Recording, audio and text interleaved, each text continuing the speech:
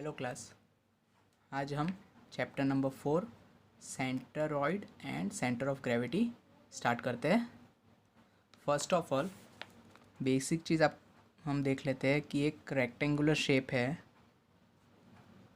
Okay, ये हमारा एक रेक्टेंगल हो गया जिसकी लेंथ हम बोल सकते हैं एल होती है एंड विथ होती है स्मॉल बी।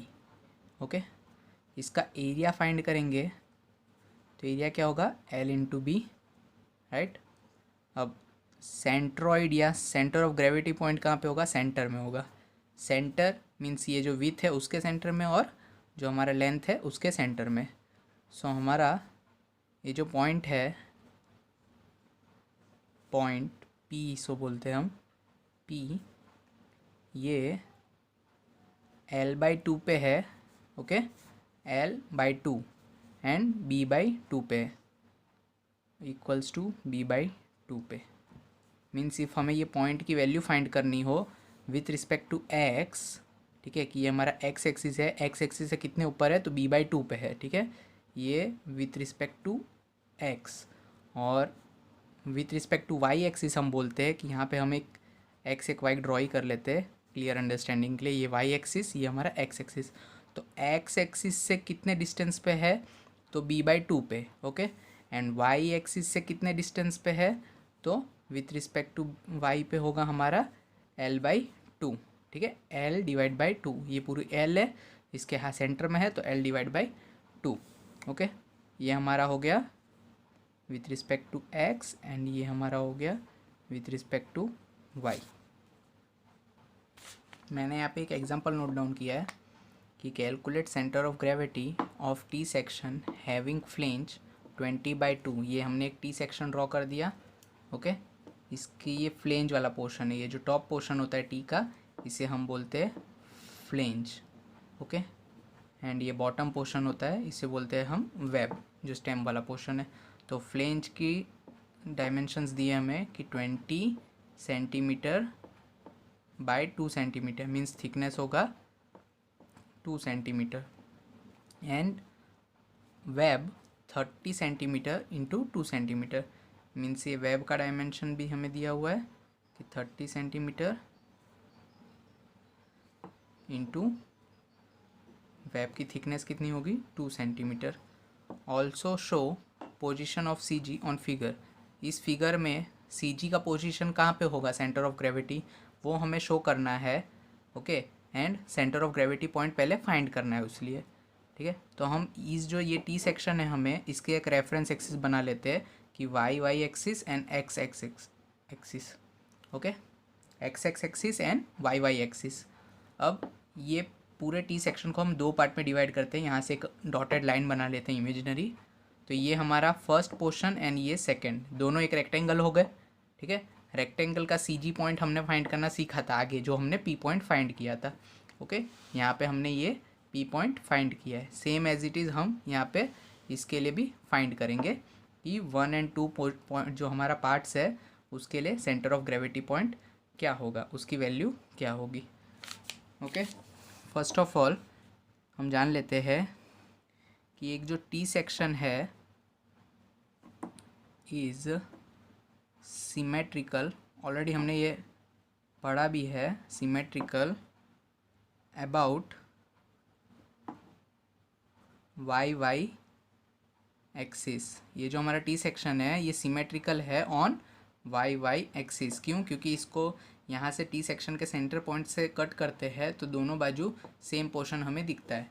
ओके, अगर हम एक्स एक्सिस से करेंगे तो ऊपर नीचे अलग अलग पोर्शन दिखेगा, बट इफ़ हम यहाँ पे टी सेक्शन के सेंटर से कट करते हैं with respect to Y axis तो हमें लेफ्ट साइड भी सेम पोर्शन मिलेगा एंड राइट साइड भी सेम पोर्शन मिलता है। So T section is symmetrical about Y axis, ये हम बोल सकते हैं।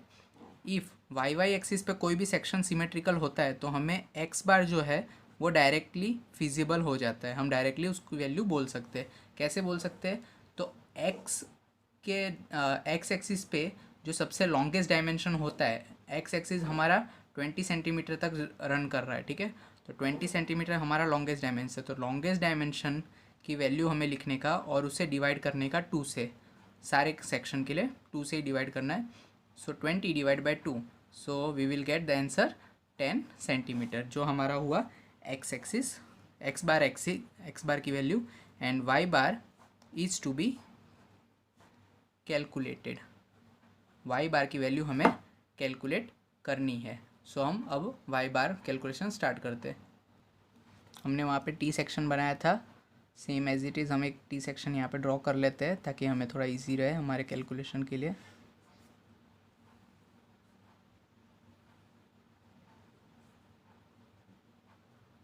डायमेंशंस हमारे थे 20 centimetre, right, and 2 centimetre, same as it is. Web की डायमेंशन हमें दी हुई थी 30 centimetre and thickness is 2 centimetre. Okay, all dimensions in centimetre. अब हम ने यहाँ पे इसको पार्ट 1 लिया था और इस नीचे वाले पोर्शन को पार्ट 2. तो हम अब पार्ट 1 के लिए कैलकुलेशन करते हैं पहले. फॉर पार्ट 1 एरिया हम बोलेंगे उसको कैपिटल A1 बोलते हैं एरिया को. तो एरिया फर्स्ट पोर्शन का कैसे निकलेगा, L into B means 20 into 2, so we will get 40 centimetre square. ये हमारा हुआ एरिया 1.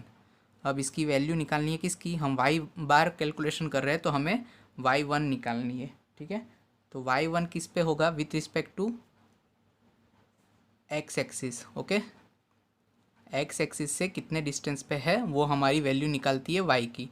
तो ये एक्स एक्सिस है हमारा, इससे कितने डिस्टेंस पे इसका सेंटर पॉइंट है, इसका सेंटर पॉइंट यहाँ पे लोकेट करेगा.